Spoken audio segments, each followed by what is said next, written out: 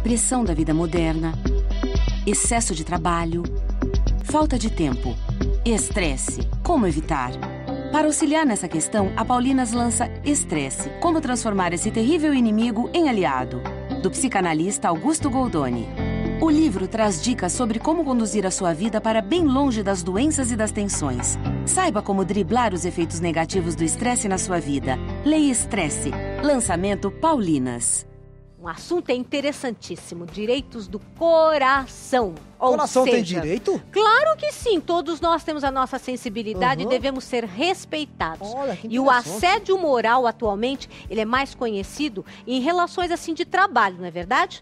Mas saiba que também dentro de casa está presente, infelizmente, nas relações familiares, não é?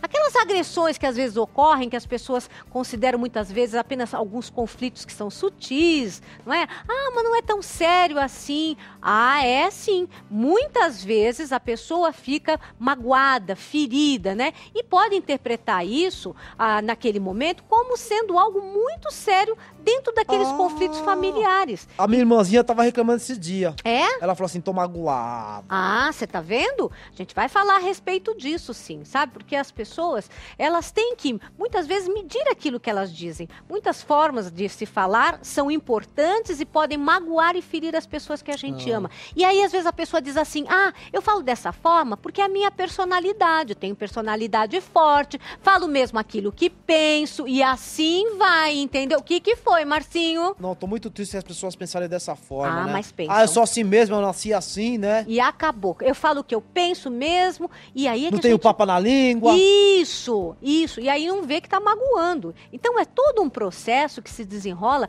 às vezes durante meses e até anos. E pode ser também dentro do lar. Por isso que é muito importante que você assista esse nosso programa. Nós vamos dar dicas de como a gente pode melhorar o ambiente dentro do nosso lar e também no trabalho. Agora, preste atenção porque vamos ter uma entrevista muito importante. Você em casa também. Porque o assédio moral, ele tem sido assim muito recorrente, principalmente no direito trabalhista. A gente sabe de muitos casos que tem acontecido isso, não é? Que as pessoas vão e reclamam pelos danos que passaram através dessa parte do assédio moral de um patrão, enfim, de uma pessoa que está trabalhando junto com aquele indivíduo. Mas a gente esquece muitas vezes do direito de família, não é? Sobre essa questão do assédio moral. Porque, com base na lei brasileira, já existe uma definição por parte do legislador que é chamado de violência psicológica. Esse ato que a gente vai falar a respeito hoje no nosso programa. E a referida lei, ela deve ser usada para ambos os sexos, em qualquer idade, condição social ou situação econômico-financeira. Vamos ver o nosso VT. O assédio moral no trabalho, assim como o assédio moral familiar, é uma afronta ao princípio da dignidade de uma pessoa. As relações humanas tornam-se cada vez mais complexas. O mundo globalizado confere frieza e impessoalidade às relações sociais. Os seres humanos estão perdendo o diálogo e o companheirismo. As relações tornaram-se mais tensas, conduzidas por uma competitividade extremada. O resultado é uma sociedade marcada pelo estresse. Neste contexto, resta ao direito jurídico adaptar-se aos novos tempos para prosseguir em seu papel de regrar os conflitos sociais. A violência perversa, bullying ou qualquer que seja a denominação empregada, os danos causados são a vergonha, humilhação, inferioridade, insegurança, um verdadeiro terror psicológico. E o sentimento de ser ofendido, menosprezado, inferiorizado, é sentir-se um ninguém, um ser sem valor, inútil. A humilhação causa dor, tristeza e sofrimento. O assédio moral não ocorre exclusivamente no ambiente de trabalho. Trata-se de violência encontrada também no lar, na família, na vida política e social. Qualquer conduta abusiva, gesto, palavra, comportamento, atitude, que atente, por sua repetição ou sistematização, contra a dignidade ou integridade psíquica ou física de uma pessoa, fica caracterizado o assédio moral. Isso é muito sério e muito importante que você fique atualizado. Por isso, nós vamos conversar hoje sobre esse assunto tão importante com o coordenador do Centro de Defesa dos Direitos da Criança e do Adolescente da Fundação Casa de São Bernardo do Campo, Dr. André Feitosa Alcântara. Muito obrigada por ter vindo, doutor. Eu agradeço, Suzy, pela oportunidade, também a todos os telespectadores do Família em Foco, pela escolha também livre e consciente de estar assistindo e pegando mais informação sobre temas tão relevantes para o nosso dia a dia, né? Para criar uma sociedade mais justa, fraterna e solidária. Né? Com certeza, que é esse o nosso objetivo. E eu gostaria que começasse falando, explicando para todos nós sobre a Fundação Casa, não é? Fundação Criança. Isso. Como é que ela funciona? A Fundação Criança é uma fundação criada por uma lei municipal, né? Faz parte do município a fundação. Ela executa a política da infância e juventude lá em São Bernardo do Campo, né? É o seu limite territorial.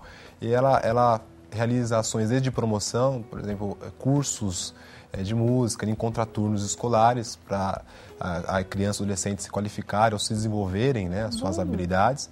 Também na área também da proteção, também, que a gente assim fala, que é a questão do acolhimento institucional em casos extremos, em que a família está violando da criança e não há um outro lugar para colocá-la, o Estado acolhe enquanto toma as providências referentes aos agressores. Sim. E também a ideia da garantia de direito, né, no caso de uma violação, também um atendimento, inclusive a questão do conflito familiar, né, conflito também escolar, o bullying na escola. Então, atender os atores locais dando esse suporte para a família, para os outros órgãos públicos também e privados, entidades também, na ideia de uma grande rede que ajuda, que auxilia a todos a cuidarem bem das crianças e adolescentes. Perfeito. E realizar a lei, né? Fazer o que a lei nos pede para todos viverem com dignidade, né? Nossa, com certeza. E com relação à família, quais são os conflitos familiares que mais comumente ocorrem e que geram problemas para a criança e futuramente para aquele adulto? O conflito familiar parte de uma relação de desigual, né? Certo. De desigualdade e de poder que na nossa ótica. E em relação à criança e adolescente, ela já é uma pessoa que está em desenvolvimento, num momento particular da sua vida, que está ainda se formando.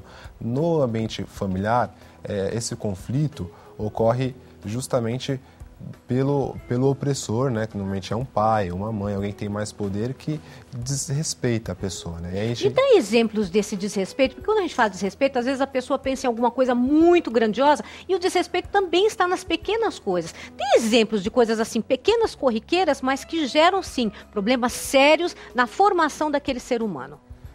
Um desrespeito que é costumeiro, né? É não dar o apoio necessário para a criança, né? Sempre está errado, sempre o não negativo, né? A regra é o não, mas não tratar a liberdade, é o desrespeito à liberdade da criança, né? E nunca não se acompanha o processo de evolução, mas se nega esse processo de evolução. Um dos principais conflitos colocados, né? Então, às vezes, ela quer sair no horário, então se nega ao invés de dar orientação e de ir junto, né? De ensinar a caminhar.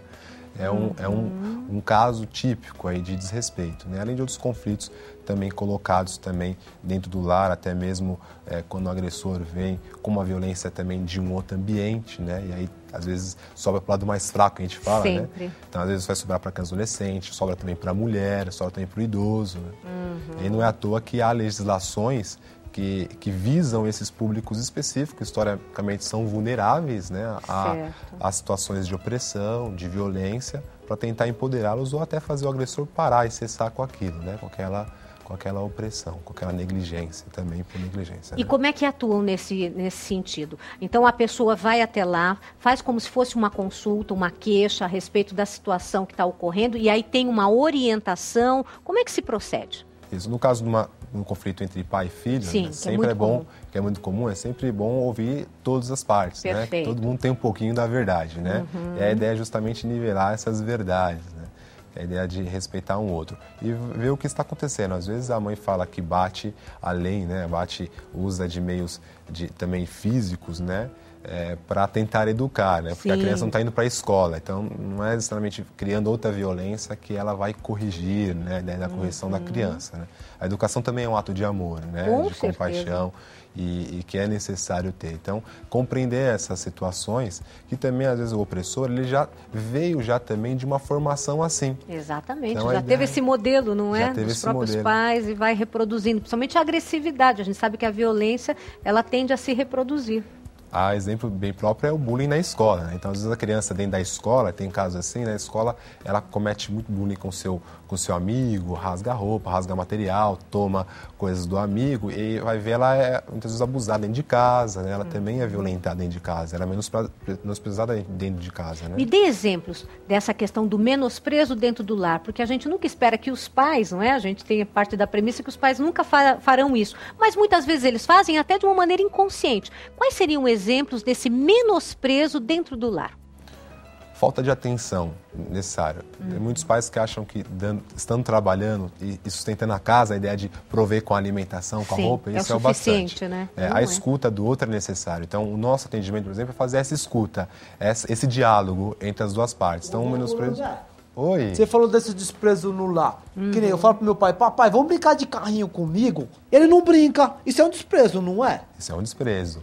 É importante ele ter um tempo com você, né? Também da agenda dele, que às vezes é lotada, e a gente culpa a agenda o tempo, mas é importante ele ter esse tempo para estar com o filho, né? Que é um processo pedagógico também, né? A criança não nasce pronta, não é adulta acabado. E aí a gente, para chegar no adulto que a gente deseja, é preciso estar com ela, né? O estar junto, o caminhar, né? O exemplo cristão é bem próprio disso, né? De Cristo, que é a questão da pedagógica de estar junto com os discípulos, né? Para essa evolução mais completa da pessoa. E aí a lei vai tratar isso com bastante clareza, né? Quais são os direitos, os deveres e o que é para evitar, o que não é para acontecer, dá dica, né? E aí a importância de a gente se empoderar desses instrumentos e saber também o que não fazer. Palmadas também, deixar sem alimentação, também é um outro tipo de violência, né? Palmadas que exacerbam, tem uns que usam cintas, né? Privar a liberdade, né? Trancar em banheiro, né?